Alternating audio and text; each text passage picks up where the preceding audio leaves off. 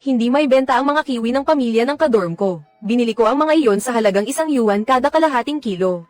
Tapos ginawa kong mga kaong pangregalo, at ibinenta ko sa mga taga-syudad ng 20 yuan kada kalahating kilo. Nang malaman iyon ng kadorm ko, pulang-pula ang mga mata niya habang kinu-question ako. Shuching, iisang dorm lang naman tayo. Bakit naman ganyan kaitim ang budi mo? Pagbaligtad mo lang, kumita ka na agad ng 19 yuan sa pagitan. May hiya ka pa ba o wala na? Habang nagsasalita ang kadorm ko, lalo siyang nagngingit-ngit. Direkta niyang binasag ang mga kahon ng kiwi na nasa harap ko.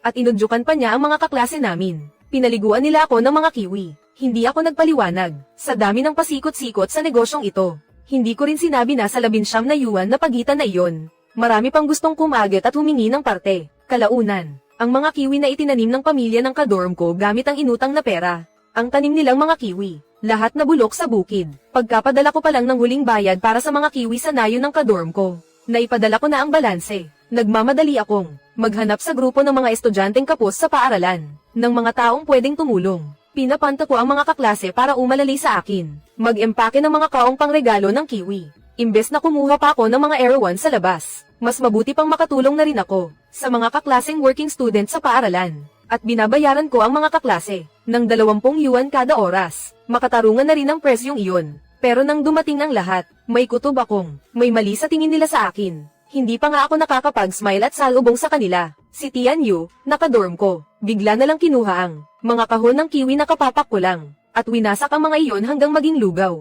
Shuching, may hiya ka pa ba talaga? Binili mo ang mga kiwi ng nayon namin sa 1 yuan lang. Tapos ibinenta mo agad ng 20. 19 na yuan ang kinita mo sa pagitan. Kahit lumabas ka pa roon, wala nang kikitang ganyan kalaki, di ba? Halos mamatay ako sa galit nang marinig ko iyon. Pero alam kong hindi niya lang naintindihan ang sitwasyon. Kaya matiisin kong ipinaliwanag. Tian Yu, ano ba iyang pinagsasasabi mo? Hindi naman purong kita iyang 20. Kailangan kong magbayad ng tao para pumunta sa nayo ninyo, at maghakot ng mga kiwi paakyat. Kailangan ko ring bayaran ng mga kaklase para sa pag-empake at pagde-deliver. Sa huli, kailangan ko pa ring ilibre ang mga iyon sa mga manager ng restaurant at hotel. Napakaraming pasikot-sikot sa loob niyan. Sa totoo lang, wala naman talaga akong gaanong kinikita sa 20 iyan. Pero ayaw talagang makinig ng kadorm ko. Pati ang mga estudyanteng kapos na kasama niya. Nagsimula na ring umalipusta at manlay sa akin. Sure na mapagsamantala. Sabi ko na nga ba, bakit ka sobrang galante? Pinapakain mo pa kami, at nililibre ng milk tea. Palae sa amin din naman galing ang ipinanglilibre mo. Tama rin naman. Kailangan mo kaming bayaran. Hindi bababa sa 50 yuan kada oras ang ibigay mo sa amin. Kung hindi pa tapos ang usaping ito. Halos sumabog ako sa galit. Dapat nilang malaman na ang 20 yuan kada oras. Ayos-ayos na presyohan na iyon. Sa labas, kahit ang mga ale na mas palido pang magtrabaho kaysa sa kanila. 15 yuan lang kada oras. Namimili pa sila ng Zhongshan kiwi, at hindi ko pa kailangang pakainin ang mga iyon. Hindi ko pa kailangang gumastos para sa pagkain nila. Shuching, sinasabi ko sa iyo, kapag hindi mo ibinayad ang perang iyan, ang mga kiwi ng nayon namin mula ngayon, hindi na namin ibebenta sa iyo. Ako na mismong magbebenta niyan. Tama iyan. Kung hindi mo kami babayaran, mas gugustuhin pa naming maghugas ng pinggan sa mga kainan sa labas, kaysa magbalot pa ng mga kahon ng red along kiwi para sa iyo. Shuching na manunuba, bilis bayaran mo kami. Habang nagsasalita ang lahat, lalo silang nagngingit-ngit, umabot pa nga sa puntong ang mga kahon ng red along kiwi sa harap nila ay binasag nilang lahat. Habang pilit akong pinagbabayad, matigas kong ipinaliwanag, nasa 19 na yuan na ito. Ang huling tubong na pupunta sa akin ay wala pang 50 sentimo. At araw-araw, bumibili pa ako ng tanghalian para sa mga kaklaseng tumutulong sa pagbalot sa tanghali.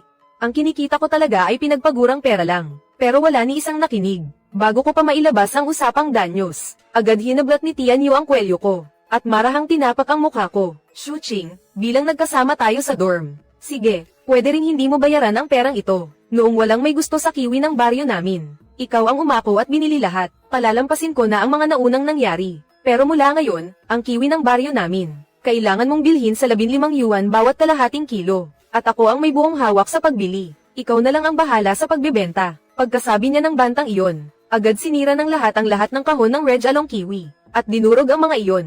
Saka nagmamadaling pumasok sa klase. Sa sandaling iyon, sobrang nanlamig ang puso ko. Noong una, hindi may benta ang kiwi ng pamilya ng roommate ko. Araw-gabi siyang umiiyak sa dorm. Sabi niya, kung walang kita ang kiwi nila ngayong taon, mapipilitan siyang tumigil sa pag-aaral at umuwi, at baka maaga pa siyang ipakasal, para makakuha ng dote para sa kuya niya. Hindi ko talaga iyon kinaya, kaya naisipan kong tulungan ang roommate ko, kaya nagpasya akong tulungan siya. Noon, mga 70 sentimo lang ang presyo ng kiwi sa merkado.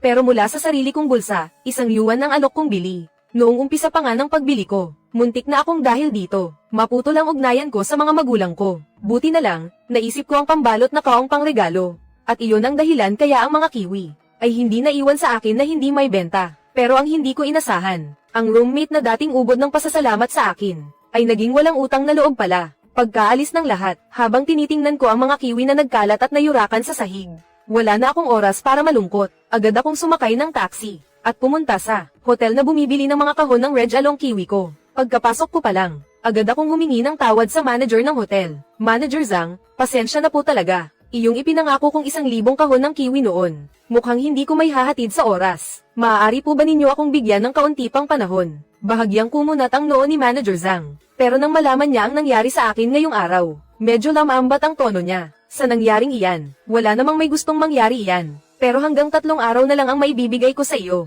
Kasi empleyado lang din ako. At ubod ng hirap kausap ng mga customer na iyon. Sana maintindihan mo rin ang kalagayan ko. Paulit-ulit akong nagpasalamat, at dali-dali, kung inilabas ang isang kaha ng mamahaling sigarilyong itinabi ko sa dibdib. At iniabot iyon ng may pilit ng ngiti. Pagkatapos magpaalam kay Manager Zhang, dali-dali akong nagtungo sa Pakyawan sa merkado, para hanapin ang mga dating nakipagnegosyo sa akin, na mamimili ng kiwi. Uy, hindi ba si Boss Shu ito? Aba, bihira kang magpakita. Di ba sa baryo lang ng roommate mo ang kiwi na kinukuha mo? Sabi nila, di mabibili ang pagkakaibigan. Bakit ngayon dito ka na bumibili sa amin? Tatalikuran mo na ba ang roommate mo? Napabuntong hininga ako, tapos ikinwento ko ulit ang nangyari ngayong araw. Pagkarinig nito ng mga mamimili, bigla silang nagtawanan. Bobo yata ang roommate mo. Akala ba niya kung mabili sa 1 piso? At may benta sa 20, 19 agad ang tubo. Paano ang pasahod, biyahe, at pambalot? Di na ba kasama ang mga iyon?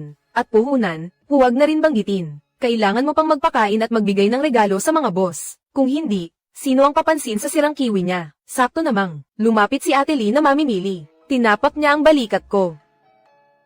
Xiao Qing, matagal na kitang sinabihan, sa kaunting tulong, may utang na loob.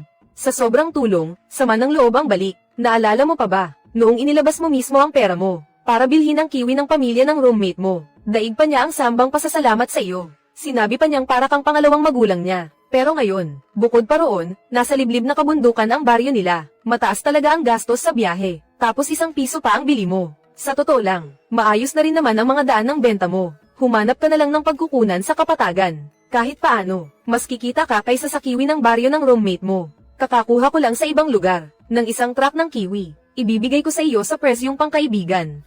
Kunin mo na para makaagapay ka muna. Sa susunod, pakainin mo na lang si ate. Dali-dali akong nagpasalamat, pero sa mismong sandaling iyon, tumawag ang advisor ko, Shu Qing. Sabi ni Tian Yu niloko mo raw ang magulang niya at kinuha ang pinaghirapan nilang pera. Totoo ba iyon? Bumalik ka agad sa school. Si Tian Yu, nagawa pa talagang sir-an ako sa harap ng advisor. Naalala ko noong inilabas ko ang sarili kong pera, para bilhin ang kiwi ng pamilya niya. Nakiusap pa siya sa akin. Nabilhin ko na rin ang lahat ng kiwi sa baryo nila. Xiao Qing, kung kukuha ka rin lang sa isang bahay, lubusin mo na ang pagtulong sa tao. Ihatid mo na hanggang dulo, mabuti na rin iyon. Pero ni minsan, di niya inisip ang kalagayan ko. Noong binili ko ang kiwi ng pamilya nila, inilabas ko na ang lahat ng naipon ko sa mga taong pag-aaral at sideline. Bago pa ako makatanggi, diretsahan niya akong sinabihan. Tutal na sabihan ko na sina nanay at tatay ko. At naipamalitan na nila sa mga taga-baryo. Lahat ng kiwi ng ilang dosenang bahay sa baryo, kukunin mo. Alam mo naman, sa liblib na bundok, madaling mag-init ang mga tao. Ako, may pinag-aralan. Pero yung mga taga-baryo, wala. Kapag nalaman nilang pinaasa mo sila, at kung sakaling puntahan pa nila ang bahay ninyo, kung anumang masamang gawin nila, wala na akong maipapangako. Buti na lang, ng oras na iyon, nakita ko ang pagkakataon sa high-end na merkado para sa mga gift box ng kiwi. Kumagit ako sa panganib at naglabas ako agad ng mahigit 100,000. Saka ko lang nakuha ang lahat ng kiwi, sa presyong 1 piso. Pagdating ko sa school, ipinaliwanag ko ng malinaw ang buong pangyayari. Galit na galit din ang advisor. Tutal, nasa hustong gulang at marunong umunawa ang advisor. Alam ko namang hindi madali ang magnegosyo, at alam ko rin na ang 19 na yuan na patong, ay hindi ko naman purong tubo. Kaya pinayuhan niya ako, si Shu Qing, iisang paaralan lang naman kayo. Gusto mo bang ipatawag ng guro si Tian Yu, para lumino ang hindi pagkakaunawaan ninyong dalawa? Tutal, mabuti naman ang ginawa mo. Hindi pwedeng ganito na lang, na mapagbintangan ka ng wala sa lugar. Tinanggihan ko ang mabuting alok ng guro. Tutal ayoko nang Pagkatapos lumino ang lahat, magpakapagod pa sa trabahong hindi man lang na-appreciate sa pagbili ng kiwi sa nayon ni Tianyu. Pero matapos ang pangyayaring ito, malalim kong naunawaan na ang ganitong pagpapakapagod para palugurin ng iba ay mas mabuting bawasan na. Sa huli, kailangan pa rin kumita. Kaya sa pamamagitan ng dati kong mga sales channel, nagsimula akong bumili ng maramihan ng kiwi mula sa ibang lugar. Nang marinig ito ng mga magsasaka, na ang kiwi na 7 o 8 sentimo bawat kalahating kilo, bibilhin ko sa 1 yuan bawat kalahating kilo. Talagang tuwang-tuwa sila. Sila pa ang nagsabing huwag nang maningil ng pasahod. At libre na nila akong tutulungan sa pagbalot ng mga kahon ng regalo.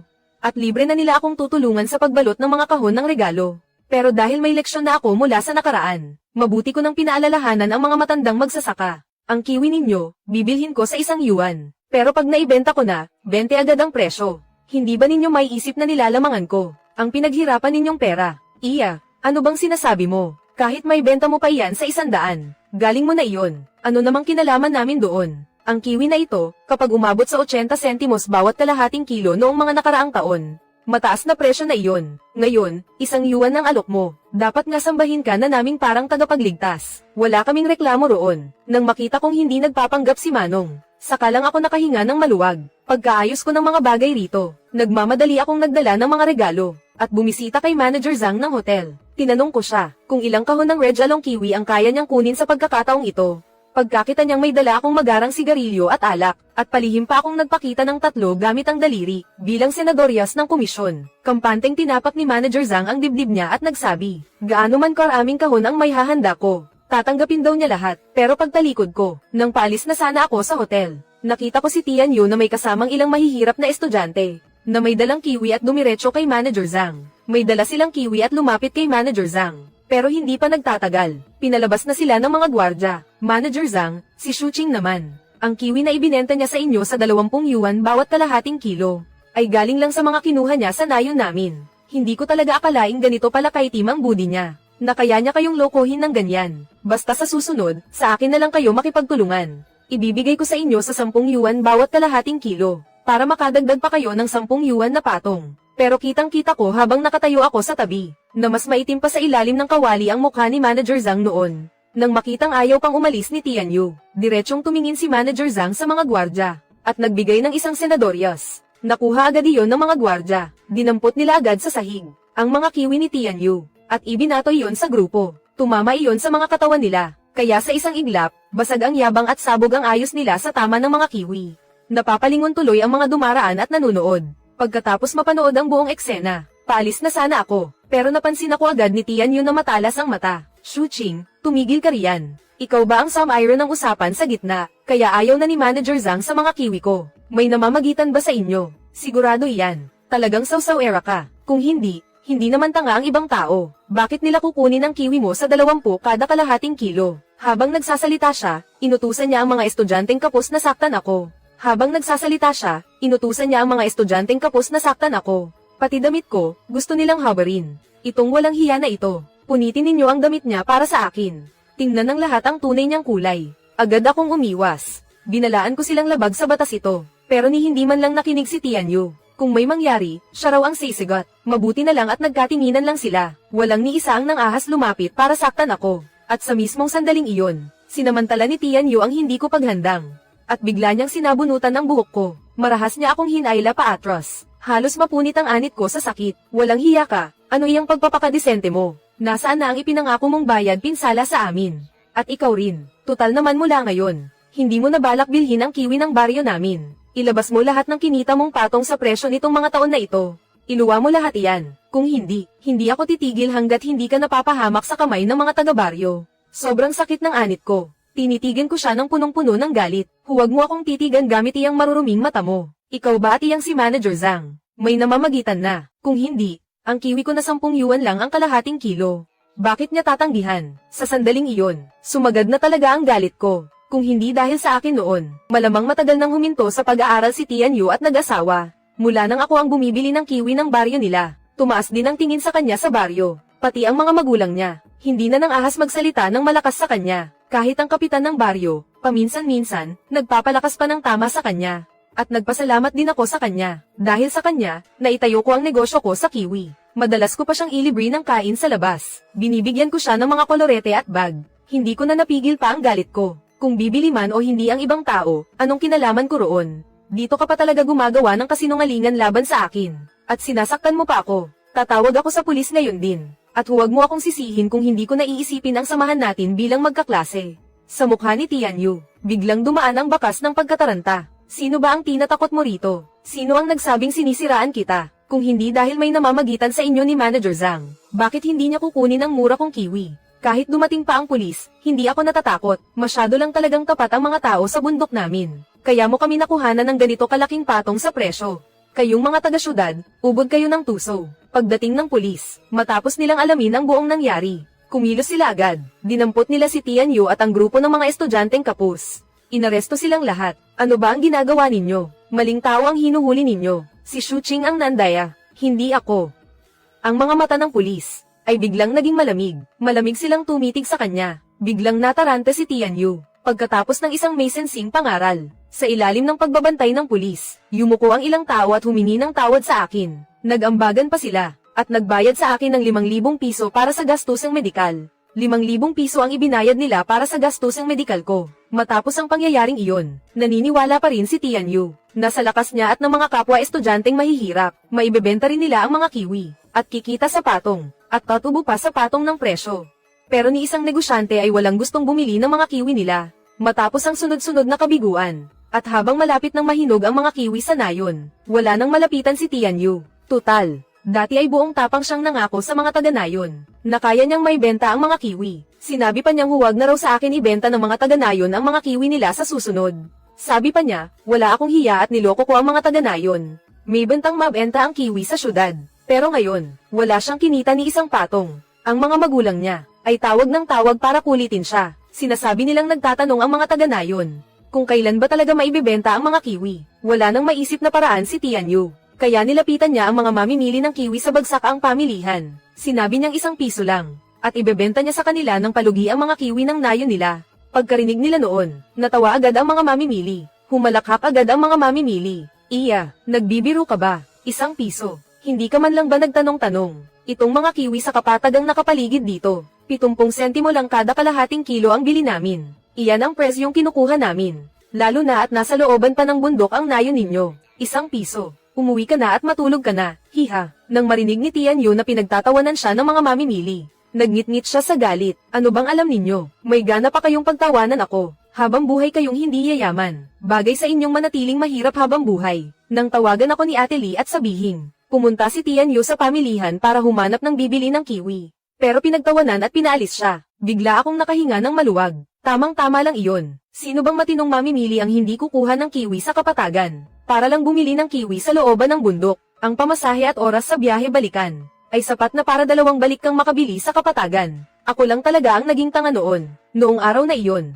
pagbalik ko sa dorm matapos akong makakuha na naman ng kasunduan para sa 1,000 kaong pangregalo ng kiwi. Hinarang ako ni Tian Yu. Halatang labag na labag sa loob niya ang paglapit na iyon. Kitang-kita sa mukha niya na ayaw niya iyon. Xu Qing, mali ako sa nangyari noon. Ngayon, mabubulok na lang sa lupa ang mga kiwi sa nayon namin. Ikaw na ang kumuha sa halagang 1 piso. Ayoko na ring makipagtalo sa iyo tungkol sa patong. Pagdating ng oras, bigyan mo na lang ako ng ilang 10,000 piso na komisyon. At hindi ko nasasabihin sa mga taga-nayon na kumikita ka sa patong. Sinulyapan ko siya. Pagkatapos ay tumalikod ako at dumaan sa likuran niya. Nagsimula akong mag-impake ng mga gamit ko sa dorm. Lumalawak na ng lumalawak ang negosyo ko. At may extra na rin akong pera. Umupa na ako ng bahay sa labas. Hindi na talaga ako nangangahas tumira sa dorm. Malay ko ba kung isang araw, si Tian Yu at ang grupong ito ng mahihirap na estudyante, ay bigla na lang may gawin sa akin. Nang makita niyang tumanggi ako agad ng walang pag-alinlangan, nagmura sa akin si Tian Yu sa sobrang galit. Sunod-sunod ang maruruming salitang binitiwan niya. Isinumpa pa niya akong balang araw ay magkaanak daw na walang butas sa puwit. Sinasabi pa niyang bulok daw ang puso ko hanggang kaibuturan. Kung wala siya, hinding-hindi ako yayaman sa kiwi. Mabilis akong huminga ng malalim. At sinabihan ang sarili ko na kumalma. Sinabihan ko ulit ang sarili ko na kumalma. Maya-maya, pumasok ang ilang mahihirap na estudyante. Nagkatinginan sila, at nagsabi, Xu Qing, kung hindi mo bibilhin ang kiwi ni Tian Yu, at ayaw mo rin kaming papagbalutin ng mga kahon na pangregalo, magpa-part-time na lang kami sa restaurant sa labas. Iyong ganid na amo roon, 10 lang kada oras ang bayad. Kung bibigyan mo kami ng 20, sige, 20 na. Magtatrabaho kami para sa iyo. Tutal kaklase ka naman namin. Kung may konsensya ka pa, gawin mo ng 30, hindi na namin hihingi ng 50. Ang kamay kong nag-iimpake ay biglang natigilan. Gusto ko talaga silang murahin ng todo, pero nagpigil pa rin ako. Tiningnan ko sila ng malamig. Pasensya na, ang kiwi ng baryo ninyo, hindi ko nabibilhin. At kung gusto ninyo ng 30 kada oras, wala naman akong konsensya, kaya hindi ako karapat-dapat na kumuha sa inyo para mag-empake. Humanap na lang kayo ng ibang mapapasukan. Agad sumimangot ang ilan sa kanila, at parang may gusto pang sabihin. Pero pinalabas ko na agad sila. Kayong mga iyan, ito ang dorm ko. Ito ang dorm ko. Magpapahinga na ako. Pakilabas na lang. Nang makitang walang kumikilos, tuluyan na akong nagalit. Itinuro ko ang pinto at pinalayas ko sila. Tungkol naman kay Tianyu. Dahil ka-dorm ko siya. Syempre hindi ko siya basta mapapaalis. Tinitigan ako ni Tianyu ng gigil na gigil. Shuqing. Iisang dorm lang tayo. Kailangan mo ba talagang maging ganito kalupit? Gusto mo bang mabulok na lang sa bukid ang lahat ng kiwi sa baryo namin? At masayang lang ang isang taong pinaghirapan. Ang mga kiwi ng baryo namin ngayong taon ay itinanim gamit ang inutang na pera. Tiningnan ko siya ng malamig. Pasensya na ha, kayo ang unang tumangging ibenta sa akin. Sabi ninyo, kayo na ang hahanap ng pagbibentahan. Pwedeng magkamali sa kinakain, pero huwag basta magtapon ng sisi. Bigla akong tiningnan ni Tianyu ng puno ng galit ang mga mata niya. Noong una, isinumbong niya na kumikita ako sa 19 na diferensya. Hindi iyon dahil tunay siyang nagmalasakit sa mga taga-baryo. Ang nasa isip niya lang, ang dali palang kitain ng diferensyang iyon. Kaya bakit hindi siya na lang ang kumita, ngayong hindi niya may benta, saka siya babalik sa akin. At ako pa ang tatakbuhan niya. Pero pasensya na, wala raw akong moral, kaya hindi mo ako madadaan sa pangongonsensya. Pagkatapos ko silang tanggihan, nagsimulang kulitin ulit ng mga taga-baryo si Tianyu, at tinanong kung kailan ba talaga maibibenta ang kiwi. Alam na alam ni Tianyu, na noong nakaraang taon, tig-1 piso ang bili ko sa kiwi. At kumita ng malaki ang mga tao sa baryo. Kaya ngayong taon, nag-utang silang lahat para umupa ng lupa, at pinalaki ang taniman. Kung talagang hindi iyon may benta, baka siya ang pagbuntunan ng buong baryo. Nang wala na siyang magawa, humanap si Tianyu ng mga negosyanteng bumibili ng kiwi, at inakit ang mga iyon gamit ang bagsak presyo. Pero pagkarinig pa lang ng mga negosyante, na kailangan pang pumunta sa liblib na baryong nasa bundok para bumili. Kahit sabihin pa ni Tianyu na 60 sentimos kada kalahating kilo. Walang may gustong pumunta, pero ang mga kiwi, malapit ng mahinog ng husto. Pagdating noon, hindi na talaga kakayanin ang tagtag. Nagpakatatag si Tianyu. Sinabi niyang oorganisahin niya ang mga taga-nayon para ilabas ang mga kiwi. Pero kailangan magbayad ang mga ngalakal ng 7 bao bawat kalahating kilo. Pumayag ang mga ngalakal. Hindi ko rin alam kung anong paraan talaga ang ginamit ni Tianyu. At napapayag niya ang mga taga-nayon. Sa pasang balikat, basket kada basket, binuhat nila ang mga kiwi mula sa kabundukan hanggang kalsada. Pero ang lahat ng ito, halos wala nang kinalaman sa akin. Si Ate Li pa nga ang tumawag sa akin. Xiaoqing, bilis, pumunta ka rito at manood ng gulo. Noong mga panahong iyon, palaki ng palaki ang negosyo ko. At may ilan na rin akong tauhang tumutulong sa akin. Pagkarinig kong may aabang ang gulo, agad akong sumakay ng taxi at nagmadaling pumunta roon. Pagdating ko pa lang, nakita ko na si Tianyu kasama ang buong pamilya niya, na nakikipagtalo sa mga ngalakal na bumibili ng ani, at ang mga mahihirap na estudyanteng nasa likod niya, isa-isa ring gigil, na parang handa ng manapak. Tahimik akong lumapit sa likod ni Ate Li, at tinanong kung ano ang nangyari. Doon ko lang nalaman, na ako pala ang ugat ng gulong ito. Noong una, nakita kong ang nayon ni Tianyu ay nasa kaibuturan ng bundok, at hindi madaling kumita ang mga taga roon. Kaya naisip ko na, mabuti man o sirang prutas, bibilhin ko na silang lahat. Pagdating sa paglalagay sa mga kaong pangregalo, aalisin ko na lang ang mga sirang prutas. Pero hindi ko inasahan, na inakala ng mga taga-nayon na pareho sa akin ang mga ngalakal. Natatanggapin din nila ang lahat, mabuti man o sira. Kaya pinagsama-sama nila ang lahat, nang inspeksyonin ng mga ngalakal ang paninda. Muntik na siyang mapandi sa galit. Pinagsama ninyo ang sirang prutas at maganda. Hindi ba ninyo ako ilulubog niyan? Gusto ba ninyo akong ipahamak? Mabuti na nga ang loob ko at binibili ko ang mga kiwi ninyo. Hindi pumayag si Tianyu. Itinuro niya ang mga mahihirap na estudyante sa likod niya at sinabi, "Dati, lahat ng ani namin ay tinatanggap ni Shuqing. Kung gusto mong ihiwalay ang mga sirang prutas, kami na lang na mga kapos na estudyante ang upahan mo para mamili. 20 yuan kada oras, ayos na. Pagdating noon, maipapaskil pa namin sa internet na tumutulong ka sa mahihirap na estudyante, para magkaroon ka ng magandang pangalan."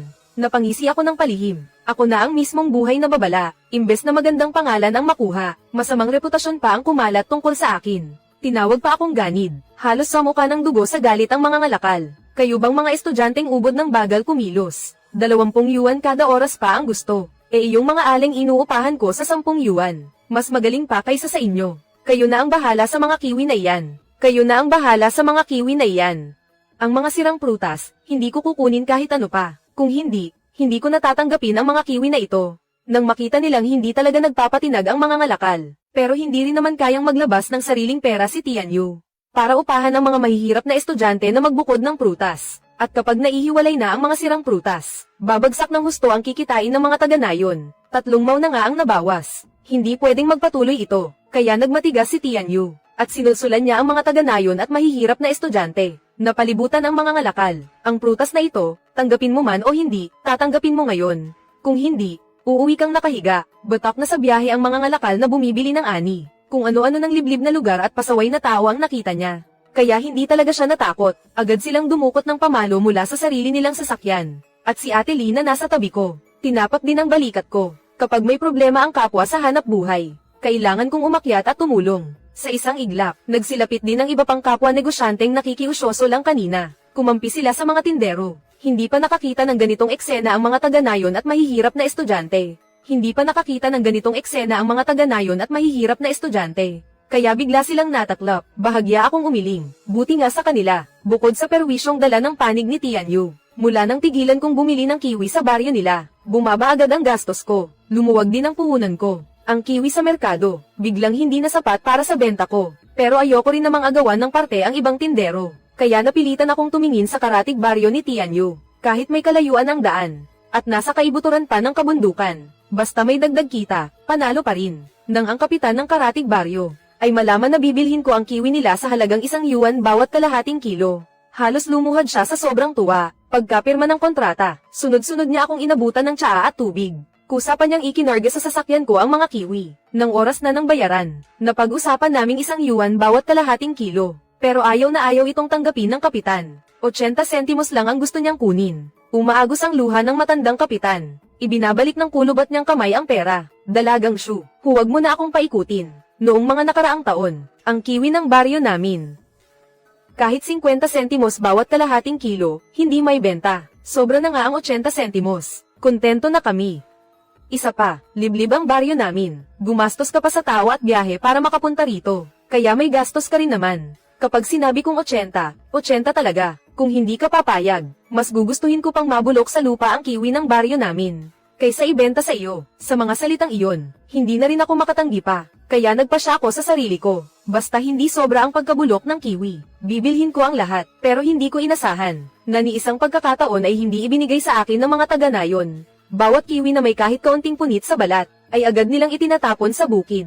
Pagkatapos ay ibinabaon nila iyon gamit ang asarol. Umiling ang kapitan. Seryoso ang mukha niya nang sabihin niya sa akin. Dalagang Shu, huwag mo kaming kawan. Kumikita kami gamit ang sarili naming mga kamay. Walang nakakahiya roon. Alam ko ring mabuti ang intensyon mo. Kahit mahirap ang baryo namin, may dangal pa rin kami. At isa pa, kapag ibinaon sa lupa ang mga kiwi na ito, magiging pataba pa iyan. Sa susunod na taon, mas gaganda pa ang tubo niyan. Basta sa susunod na taon, 80 pa rin. Bumalik ka sa baryo namin para bumili ng ani. Huminga ako ng malalim. Lumingon ako sa mga taga-nayon sa ibaba na nakatingin ng may pag-asa. Matatag at malaman ang boses ko. Ako si Shu Qing, nangangako rito. Habang may isang araw pa kayong nagtatanim ng kiwi, may isang araw din akong bibili. Nang paalis na ako na may sakay na isang sasakyang punong-puno ng kiwi. At naghahanda ng bumalik sa lungsod. Hindi ko alam kung saan nalaman ni Tian Yu ang balita. Bigla niyang isinama ang mga kababaryo niya. Pinalibutan nila ng husto ang truck ko. Kita ko ang mga tao na may hawak na sari-saring gamit sa bukid.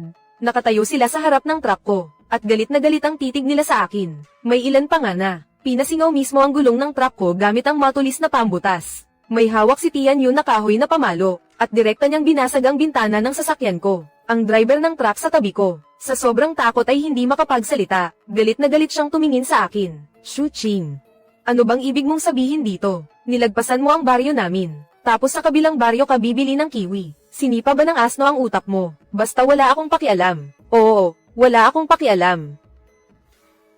Tutal nandito ka na ngayon. Isabay mo na ring bilhin ang kiwi ng baryo namin. Hindi na ako magpapasobra. 10 yuan bawat kalahating kilo. Ayos na. Hindi pa man ako nakakapagsalita. Lumingon si Tian Yu, at sumigaw sa mga taga-baryo nila. Mga kababayan, ngayon dapat mapabili natin si Shu Qing ng kiwi natin. Siya naman ang bumibili noon taon-taon. Kaya ngayong taon, dapat bumili rin siya. Kapag nabulok sa bukid ang kiwi natin, siya ang puno at dulo ng lahat. At dapat 10 yuan iyon. Alam naman ninyo. Binibenta niya iyon sa labas ng 20 bawat kalahating kilo. 10 yuan ang sabi ko. Mababa pa nga iyon. Pagkarinig noon ng mga taga-baryo, agad na mula ang mga mata nila. Iwinawas-iwas nila ang mga gamit sa bukid. At pinaghahampas ang truck. Pinipilit nila akong bilhin ang mga kiwi nila. Halos hindi tumigil sa panginginig ang driver ng truck. Kukunin pa lang sana niya ang telepono para tumawag sa pulis. Pero mabilis yung inagaw ni Tianyu. Tinapakan niya iyon ng malakas. At naduraj agad. Habang iniisip ko, kung lulunukin ko na lang ba ang galit na ito, at maglalabas ng pera para makaligtas, bigla kong nakita ang kapitan ng katabing baryo na kabibili ko lang ng kiwi, na may kasama niyang napakaraming taga-baryo. Namumula ang mga mata at iwinawas-iwas ang mga asarol, habang rumaragasa papunta sa grupong iyon. Nang ahas kayong manakit ng tumulong sa amin, dumaan muna kayo sa akin. Hanggat may isang hininga pa ang matandang ito, huwag ninyong asahang maapi ninyo si Dalagang Shu. Nandito kami. Huwag ninyong isipin na kaya ninyong gipitin si Dalagang Shu. Nang ipagtanggol ako ng kapitan ng katabing baryo kasama ng mga taga-baryo niya, napaluha ako sa sobrang pagkaantig. May isang matandang alin na agad akong kinubli sa likuran niya. Parang pinoprotektahan ang sariling apo, sabi niya. Dalagang Shu, huwag kang mag-alala. Hanggat hindi pa ako nalalagutan ng hininga, walang makakagalaw ni isang hibla ng buhok mo. Ang mga taga-baryo ni Tianyu, biglang natameme. Kapitan Zhao, ano bang ginagawa ninyo? Dahil lang sa isang dalagang taga-syudad, makikipagbanggaan kayo sa amin. Hindi man lang siya pinansin ni Kapitan Zhao. Sumigaw siya agad. Kayong mga walang konsensya, sa mga ginagawa ninyo, huwag ninyong isipin na wala akong alam. Huwag ninyong isipin na wala akong alam. Dahil mismo sa mga walang hiya ninyong tulad, nasira ang pangalan naming mga magsasaka. Mas masahol pa kayo sa hayop. Lalong tumalim ang mura ni Kapitan Zhao. Pinagmumura niya ng todo ang mga taga-baryo ni Tianyu. Dagdag pa roon, naroon din ang buong baryo ng Zhou. Naiisa ang loob, at handang isugal ang buhay para protektahan ako. Agad na nag-alisan ng lupaypay ang mga tao ni Tianyu. Bago umalis, sinaman ako ng tingin ni Tianyu. Shu Qing, maghintay ka lang. Pagdating ng araw, huwag kang iiyak at luluhod para magmakaawa sa akin. May kalalagyan ka sa akin. Sa pagbabanta ni Tianyu, wala akong pakialam. Pero lihim akong nag-ingat. Mula ngayon, kailangan ko talagang maging maingat, para hindi ako mapag-isa, at hindi na maulit ang nangyari ngayong araw. Ipinatawag ni Kapitan Zhao ang taga-kumpuni sa baryo. Ipinatawag ni Kapitan Zhao ang taga-kumpuni sa baryo. Ipinatawag ni Kapitan Zhao ang taga-kumpuni sa baryo. At ni isang kasing, wala siyang siningil sa akin. Inayos niya ng libre ang gulong ng truck. Dalagang Shu, huwag ka nang mag-alala. Kung babalik ka rito para bumili ng kiwi sa baryo namin, tawagan mo lang ako ng mas maaga. Magpapahanap ako ng ilang taong maghahatid sa iyo. Sisiguraduhin kung hindi na mauulit ang ganitong bagay. Sisiguraduhin kung hindi na mauulit ang ganitong bagay. Masaya akong tumango. Tumingin si Kapitan Zhao sa direksyong pinag-alisan ni Tianyu. Dumilim ang tingin niya. Tapos na ang dalagang iyon. Siya mismo ang samayre sa kita ng buong baryo. Sarili niyang gawa, sarili niyang dusa. Pagkaalis ko ng ligtas, agad akong nakipag-ugnayan para asikasuhin ang mga kiwi sa truck. Sinimulan ko ng ibenta ang mga iyon. May dala akong sigarilyo at alak, at nilaibat ko ang malalaking restoran at hotel. Nakipagtawaran din ako sa mga manager tungkol sa laki ng komisyon. Nang hamupa na ang lahat, inihatak ko ang pagod kong katawan. Kakauwi ko lang, nang tumawag si Manager Zhang ng hotel. Shu Qing, dali, pumunta ka agad sa ospital. Ang kiwi ninyo ang nagpa-ospital sa kliyente ko. Pagkarating ko pa lang sa ospital, hinarap ko agad ang mga kamag-anak ng pasyente sa harap ko. Pagkakita pa lang nila sa akin, sumugod agad sila sa akin na galit na galit. Ikaw ba si Shu Qing? Ikaw ang nagbenta kay Manager Zhang ng kiwi. At dahil doon na ospital ang anak ko, wala kang konsensya. Bakit hindi ka nalang mamatay? Buti na lang, may konsensya pa si Manager Zhang. Hindi rin naman kababaan ang komisyong ibinibigay ko sa kanya. Nang makitang sasaktan na nila ako, dali-dali siyang pumagitna. Pinaghiwalay niya kami. Pagkatapos mapakalma ang mga kamag-anak ng pasyente, saka lang sinabi sa akin ni Manager Zhang, iyong huling batch ng kiwi mo, hindi naman pala para sa dati kong kliyente. May isang taong dumiretso rito at bumili agad ng 10 kahon. Ngayon, bigla siyang tumawag sa akin. Sabi niya, na-hospital daw siya matapos kumain ng kiwi. Ano ba naman itong gulong ito? Pagkarinig ko nito, bigla akong nagduda.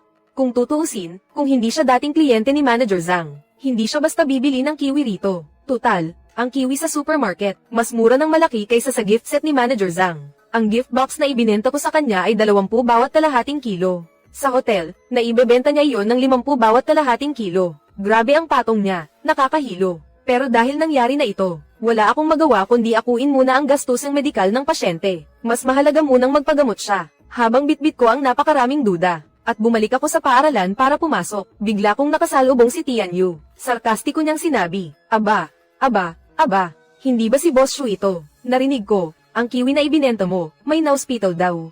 Ayan, karma iyan. Kasalanan mo iyan, bakit hindi mo kinuha ang mga kiwi ng baryo namin? Talagang tama lang sa iyo iyan. Bigla akong napatitig, at tinanong ko siya, paano mo nalaman na may na-hospital dahil sa mga kiwi na ibinenta ko? Hindi pa naman ito lumalabas sa balita, hindi ba? Biglang namutla si Tian Yu. Nagbukas siya ng bibig, pero wala siyang nasabi at tumalikod na lang. Habang nakatingin ako sa direksyong pinuntahan niya, agad kong tinawagan si Manager Zhang, at sinabi ko sa kanya, na baka may kinalaman si Tian Yu sa nangyaring ito. Pagkarinig ni Manager Zhang, natahimik siya sandali, ako na ang mag-iimbestiga sa bagay na ito, kung talagang sinadya nila tayong ipitin. TSK, mabilis kumilos si Manager Zhang. Hindi ko alam kung anong paraan ang ginamit niya. Nang hapon ding iyon, may nakuha agad siyang ebidensyang nagsabuwatan ng pasyente at si Tian Yu para ipitin ako. Galit na galit si Manager Zhang, at gusto niya agad silang isumbong sa pulis. Ilang taon na akong pabalik-balik sa kung saan-saan. Ngayon pati kung sino-sinong tao, naglakas loob ng apihin ako. Talaga bang akala nila wala akong kalaban-laban? Nang may ebidensya na, malaking ginhawa rin ang naramdaman ko. Kaya dali-dali ko siyang pinakalma. Kuya, huwag muna tayong dumiretso sa pulis. May naiisip ako, na mas magpapabigat sa kabayaran nila. Hayaan muna nating uminit ang eksena sandali. At gaya nga ng inaasahan ko, nang gabing iyon ay hindi na nakatiis si Tian Yu.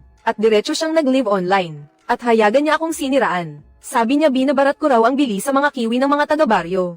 At pagkatapos ay kumikita ako ng malaking patong, habang kinukuber ang dugo at pawis ng mga taga-baryo. Todo drama pa ang pagkakasabi niya, pero wala akong pakialam, hanggang sa si Tian Yu sa live, ay naglabas ng link ng kiwi. Doon ko lang nagets ang pakay niya. Grabe, pwede palang magbenta sa live. Bakit hindi ko naisip iyon? Kaya binantayan ko ang live ni Tian Yu, at inaral ko iyon kada galaw. Kasabay niyon, alam ko rin, na may mali sa paraan niya ng pagbebenta ng kiwi. Dahil, siya mismo ang nagsabi, diretso raw mula sa taniman ang kiwi. 1.5 lang ang presyo, at sa bayad sa padala lang siya kikita. Pero nakalimutan niya, ang kiwi ay mamahaling prutas, at mahirap itong ipadala. Bukod pa roon, maiksi ang itinatagal ng sariwa nito. Sa sobrang baba ng presyong iyon. Oo, makakahatak talaga iyon ng mga bibili online. Pero luging-lugi naman iyon. Kung ayaw mong malugi, mapipilitan kang gumamit ng hindi malinis na paraan. At tama nga, natuklasan din ni Tian Yu ang problemang iyon. Pero para makaiwas sa sisi ng mga taga-baryo, wala na siyang piniling tama, pati bulok na bunga ipinadala niya sa mga bumili online. Isiniksik pa niya ang putik sa loob ng mga kahon, para dumagdag ang bigat, at ang kapal pa ng mukha niyang sabihin. Patunay raw iyon na sariwa ang kiwi. Maging, para mapababa ang gastos sa padala, hindi man lang siya naglagay ng sapin sa mga kahon ng kiwi. Diretso niyang ipinadala ang kiwi na may putik sa mga bumili online. Pero hindi naman uto-uto ang mga mamimili online. Agad silang humingi ng balik pera at ibinalik ang mga order. Sa puntong iyon, palusot pa rin si Tian Yu. Talagang nabubulok ang kiwi na ipinapadala namin. Patunay na walang inihalong additive sa loob. Ang kiwi ng ibang pamilya, kahit na ipadala na, buo pa rin. Malinaw na may hinalo sa loob. Kayong mga wala namang alam sa kalidad. Pero hindi kinonsinti ng plataporma ng live selling si Tian Yu. Direkta nitong ibinalik ang bayad sa mga in-order ng mga mamimili online. Lahat, ibinalik, pati ang deposito ng tindahan ni Tian Yu. Binuwas ng buo, para ipambayad danyo sa mga mamimili online. At ang deposito ni Tian Yu sa pagbukas ng online shop, nakuha lang niya sa panloloko sa mga taga-baryo. Pagkakita nilang nakaltas ang deposito, handa na ang mga taga-baryo na pagbuhatan siya ng kamay. Direktang nakipagsabuatan si Tian Yu sa isang pasyente. At pinasingil ako ng napakalaking danyo sa pamilya nito. Napangiti lang ako ng malamig. Direkta kong inilabas ang ebidensyang nakalap ni Manager Zhang. At sabay-sabay itong ipinost online. Dagdag pa ang palihim na galaw ni Manager Zhang. Lubos na nasira ang pangalan ni Tian Yu. Lahat na ang kumalaban sa kanya online. At sinamantala ko ang pagkakataong iyon, para magbukas ng live selling channel para sa kiwi. Pero ang ginawa kong ito, hindi naman dahil sa pera lang. Ang kiwi na binibenta ko online, sobrang mura. 1 yuan lang ang bili ko nito sa mga magsasaka. At 3 yuan ko lang ibinebenta online. Tungkol naman sa diferensyang 2 yuan. Halos lahat iyon, gastos sa biyahe. Sa ganito, masisiguro kong ang kiwi ko, pagdating sa kamay ng mga mamimili, hindi masisira, pero napakasimple lang ng balot, at mukhang medyo mumurahin pa nga, pero siksik at matibay ang pagkakabalot, kaya siguradong walang masisira sa biyahe. Sa ganyang paraan, naiiba ito. Sa mga naka-gift box na binibenta sa malalaking hotel at restoran. Kaya hindi rin sila may inis. Pagkakita ni Manager Zhang na ang live selling ko ay benta na benta, agad siyang nagtaas ng hinlalaki sa akin. Talagang mabilis ang isip ng kabataan. Itong simpleng balot, halatang pang mababang presyo agad.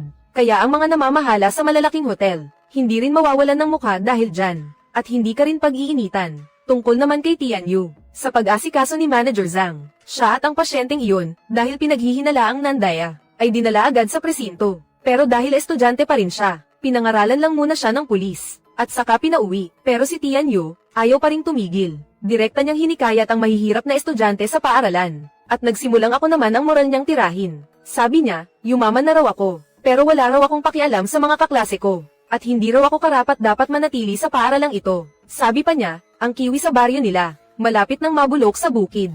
Isa raw akong negosyanteng walang konsensya, na walang kahit kaunting awa, kahit hindi naman ganoon kalaki ang epekto nito sa akin. Nakakapagod pa rin na araw-araw sa klase. Pinag-uusapan at pinagtitinginan ako ng mga kaklaseng di alam ang totoo.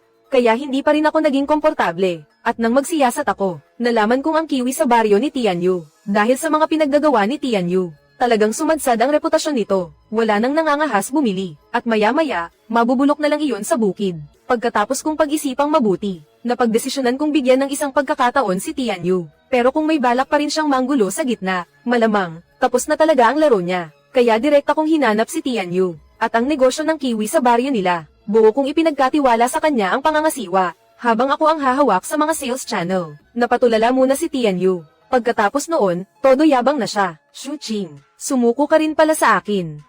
Dapat noon mo pa ginawa yan. Sayang lang ang haba ng oras na nasayang. Pero mabuti at marunong kang makiramdam. Pinapatawad na kita. Sa bastos niyang pananalita, hindi ko yun pinatulan. Sa halip, lihim akong nagpadala ng tao para bantayan siya. Ang totoo, gusto ko sanang bigyan siya at ang mga taga-nayon ng isang pagkakataon.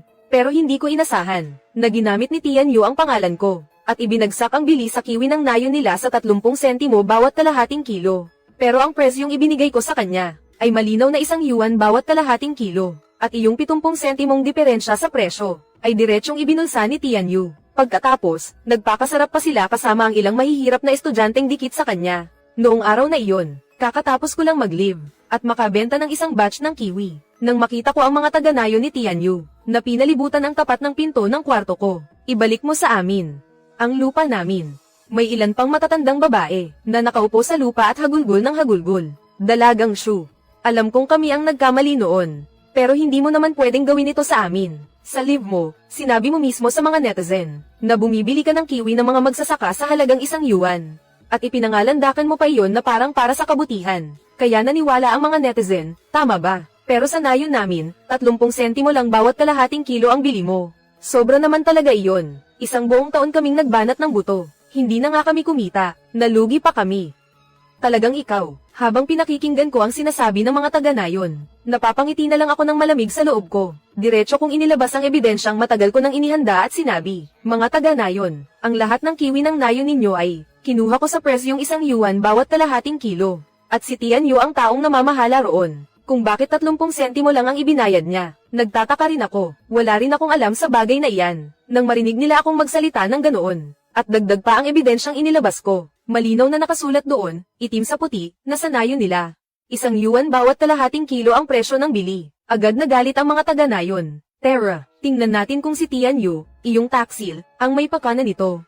Kung totoo ngang niloko niya ang sarili niyang mga kababayan, hindi ko siya palalampasin. Nang matagpuan ng mga taga-nayon si Tian Yu, lasing na lasing siya sa bar kasama ang ilang mahihirap na estudyante. Sambulat niyang sabi ng walang preno, oo, iyong 70 sentimo, ibinulsa ko. Ano ngayon? Kayong mga taga-bukid na walang alam. Dapat nga matuwa kayo na naibenta pa ang kiwi ninyo. Masama bang kumita ako ng kaunting patong sa inyo? Huwag na kayong pag-usapan. Pag lumaki at lumakas pa ang negosyo ko, pati negosyo ni Shu Qing, lalamunin ko rin. Lalong nagalit ang mga taga-nayon habang nakikinig. Nang makitang delikado ang sitwasyon, ang mga mahihirap na estudyante, ay mabilis na tumakas na parang bula. Hindi man lang nila inalala si Tian Yu. Pagkagising ni Tian Yu mula sa kalasingan, pinahinto na siya ng mga magulang niya sa pag-aaral. Dinala siya pabalik sa nayon at nabalian ng isang binti, malapit nang matapos ang panahon ng anihan ng kiwi. Mula nang mabunyag ang pangungurakot ni Tian Yu, sunod-sunod na nag-boycott ang mga netizen. Tumanggi silang bumili o kumain ng kiwi mula sa nayon ni Tian Yu. Itinigil ko rin ang pagbili sa nayon nila. Noong araw na iyon, dumating ang mga taga-nayon ni Tian Yu. Kasama si Tian Yu na pilay ang isang binti, para personal na humingi ng tawad sa akin. Dalagang Shu. Ang mga hindi pagkakaunawaan natin, ay kagagawan lahat ng gagong si Tian Yu. Dinala namin siya rito ngayon para sa iyo. At nabalian pa namin ng isang binti. Taos-puso kaming humihingi ng tawad sa iyo. Kaya sana bilhin mo na rin ang kiwi ng baryo namin. Pagtingin ko kay Tian Yu na pilay na ang isang binti, galit na galit pa rin ang tingin niya sa akin. Umiling ako. Noong una, sinabi ni Tian Yu na kumikita ako sa patong. Nang tumanggi silang ibenta sa akin ang kiwi ng sarili nilang baryo. Sa totoo lang, maliit lang naman ang napupunta sa akin. At saka, hindi mababa ang 1 yuan na bili ko. Total sa merkado, mga 70 o 80 sentimo lang iyon. Pero ayaw makinig ng mga taga-baryo ni Tianyu. Direkta nila akong minura. Sabi nila wala raw akong konsensya. At marumi raw ang kinikita ko. Maliban na lang kung bibilhin ko iyon sa 10 yuan kada kalahating kilo. Kung hindi nila ibebenta sa akin. Totoo, nailigaw sila noon ni Tianyu. Pero kung tutuusin, bulok na rin talaga ang konsensya nila. Pagtingin ko sa mga taga-baryo ni Tianyu, sabit na sabit ang tingin nila sa akin. Agad kong inilabas ang mga komento ng mga netizens sa internet. Mga kababayan, hindi sa ayaw kong bilhin ang kiwi ng baryo ninyo. Talagang si Tianyu ang sumire sa reputasyon ninyo. Kusang nag-boycott ang mga netizen. Hindi ko nakasalanan iyon, di ba? Nagkatinginan ng lahat, at hindi man lang tiningnan ang mga komentong iyon. Bigla na lang silang sabay-sabay na sumugod. Binyantaan nila ako. Hindi kami marunong magbasa, kaya tigilan mo na ang ganyang Saturday. Bilhin mo na ang mga kiwi. Ihalo mo na lang. Sino ba ang makakakilala na sa baryo namin galing iyan? At saka, ang laki-laki na ng kinikita mo ngayon. Kahit malugi ka ng kaunti sa pagkuha nito, ano naman? Kapag hindi ka pumayag ngayon, titira kami sa bahay mo. Kakain kami at iinom sa gastos mo. At hindi ka namin tatantanan. Hay, napabuntong hininga ako. At agad kong tinawag ang ilang maskuladong bodyguard sa likod ko. Para protektahan ako, sinamantala ko ang pagkakataon, at tumawag ako sa pulis. Sa sandaling umalingaw-ngaw ang sirena ng pulis. Nagtakbuhan sa iba-ibang direksyon ang mga taga-baryo. Pagkaraan noon, may narinig ako, na ang kiwi sa baryo ni Tianyu, ay tuluyan ng nabulok sa bukid. Walang may gusto kahit barya na lang ang halaga. At lahat ng sisi, ibinuhos ng mga taga-baryo kay Tianyu. Pati ang isa pa niyang binti, binali rin nila, at napilitan pa siyang ipakasal sa hanggal na anak ng kapitan ng baryo. Sa baryo ng kiwi sa kabundukan, sa loob ng 1 taon, may nanganak pa nga ng triplets. Oo, triplets talaga, lalong lumaki ang negosyo ko. Ang kiwi ko, online man o offline, sobrang lakas ng benta. Ang negosyo ko sa prutas, ay unti-unti nang hindi nalimitahan sa kiwi lang. Basta prutas na nasa panahon, binibenta ko, at ang mga magsasakang pumirma ng kontrata sa akin. Isa-isa ring kumita ng malaki. Noong bagong taon, tumawag pa si Kapitan Zhao para batiin ako. Dalagang Shu, maraming salamat sa iyo. Kung hindi dahil sa iyo, hindi namin alam kung kailan pa kaming mga matatanda sa baryo makalalabas mula sa kabundukan. Oo nga pala, anong prutas ang itatanim namin ngayong taon? Susunod kami sa iyo. Tutal kapag sumunod kami sa iyo, Dalagang Shu, hindi kami magugutom. Lalo pang lumaki ang negosyo. Direktang inaprubahan ng paaralan ang pagnenegosyo ko. At hindi naman nila ako pinigilan. Habang pumapasok pa rin ako sa klase. Pero may inilagay silang isang kondisyon. Natulungan kong tumaas ang employment rate ng paaralan. Estudyanteng Shuching, kung papayag ka sa kondisyong ito, kukontaken din ng paaralan ang mga kilalang alumni at iba pa, para tulungan kang palakihin pa ang negosyo mo. Siya nga pala, iyong mga mahihirap na estudyanteng sumunod noon kay Tianyu, at nang api sa iyo, tinanggal na ng paaralan ang kanilang tulong pinansyal, at pinatalsik na rin sila sa paaralan. At balita ko pa, ang mga negosyante malapit sa paaralan, sunod-sunod ding tumatangging kunin ang mga estudyanteng iyon bilang part-timer sa mga tindahan nila. Sabi ko po, Rektor, masyado naman pong malayo iyan sa punto. Kung may mga kaklase na handang tumulong at sumabay sa akin sa pagnenegosyo, matutuwa pa nga po ako. Mas mabuti pang magtulungan tayo at parehong umangat. Ako si Shuching. Matapos ang sunod-sunod na gulo dahil kay Tianyu at sanayon nila, sa wakas ay lubos ng nakaahon sa putik ang negosyo kong kiwi. At unti-unti itong umayos sa tamang takbo, sa tulong ng mga hotel, at mga channel sa supermarket na nabuksan ko noon. Pati ng online live selling na dahan-dahan kong napalago, ang dating munting negosyo ng mga gift box ng prutas. Naging tunay na negosyong masasabi kong akin talaga. Hindi ko kinalimutan ang una kong hangarin. At hindi rin ako naging malamig at matalim dahil lang nasaktan ako. Itinago ko lang ang kabaitan ko sa likod ng talas. At ibinibigay ko lang iyon sa mga taong karapat-dapat. Pinangalanan ko ang kumpanya na Qinghe Agri Products. Mula sa iisang produktong kiwi, pinalawak ko ito hanggang sa mga prutas na ayon sa panahon sa buong taon. Sa tagsibol, seresa ang kinukuha namin. Sa taglamig, mga citrus naman. Sa offline na bentahan, may matatag na mga hotel, at mga channel ng supply para sa mga supermarket. Sa online naman, may sarili kaming live selling account at team sa bodega at pag-iimpake. Ibinigay sa akin ng paaralan ang pinakamalaking suporta sa pagnenegosyo. Hindi lang nila ako pinayagang pumasok ng flexible sa klase. Tinulungan din nila akong makakonekta sa mga resource, at mapataas ang reputasyon ko. Nakasama ko rin sa trabaho ang maraming maasahang kaklase. Binigyan ko sila ng part-time na sahod na mas mataas pa sa karaniwang rate sa merkado. May libreng pagkain pa, walang sobrang higpit, at walang pagsasamantala, para ang mga talagang gustong mag-aral habang nagtatrabaho, ay kumita ng marangal gamit ang sarili nilang mga kamay. At hindi na matulad sa mga taong sumunod noon kay Tianyu sa panggugulo, na gusto nang makinabang pero ayaw namang magbanat ng buto. Maayos pa rin ang mga offline naming pakikipagtulungan. Nanatili ang matagal na tiwala sa pagitan namin ni Manager Zhang at ng grupo niya. Hindi pa rin mababa ang presyo ng mga gift box, pero may pinupuntahan ang bawat sentimo. Bayad sa manggagawa, packaging at mga lalagyan ng prutas, promosyon at operasyon, mga rebate, cold chain, at mga lugi sa sira. Alam kong mabuti kung saan napupunta ang lahat ng gastos. Noon, parang may diferensyang 19 na yuan sa bawat kalahating kilo ng kiwi. Pero ang totoo, wala pang kalahating yuan ang totoong napupunta sa kamay ko. Habang lalo pang naging malinaw at bukas ang takbo ng negosyo ko. Wala nang gumamit sa usaping iyan para suran ako. Ang mga taong minsang hindi umunawa sa akin. Nang makita nilang buong taon akong bumibili ng prutas ng mga magsasaka sa presyong mas mataas sa merkado. At nakita rin nilang pinaninindigan ko ang bayad danyo sa sirang prutas.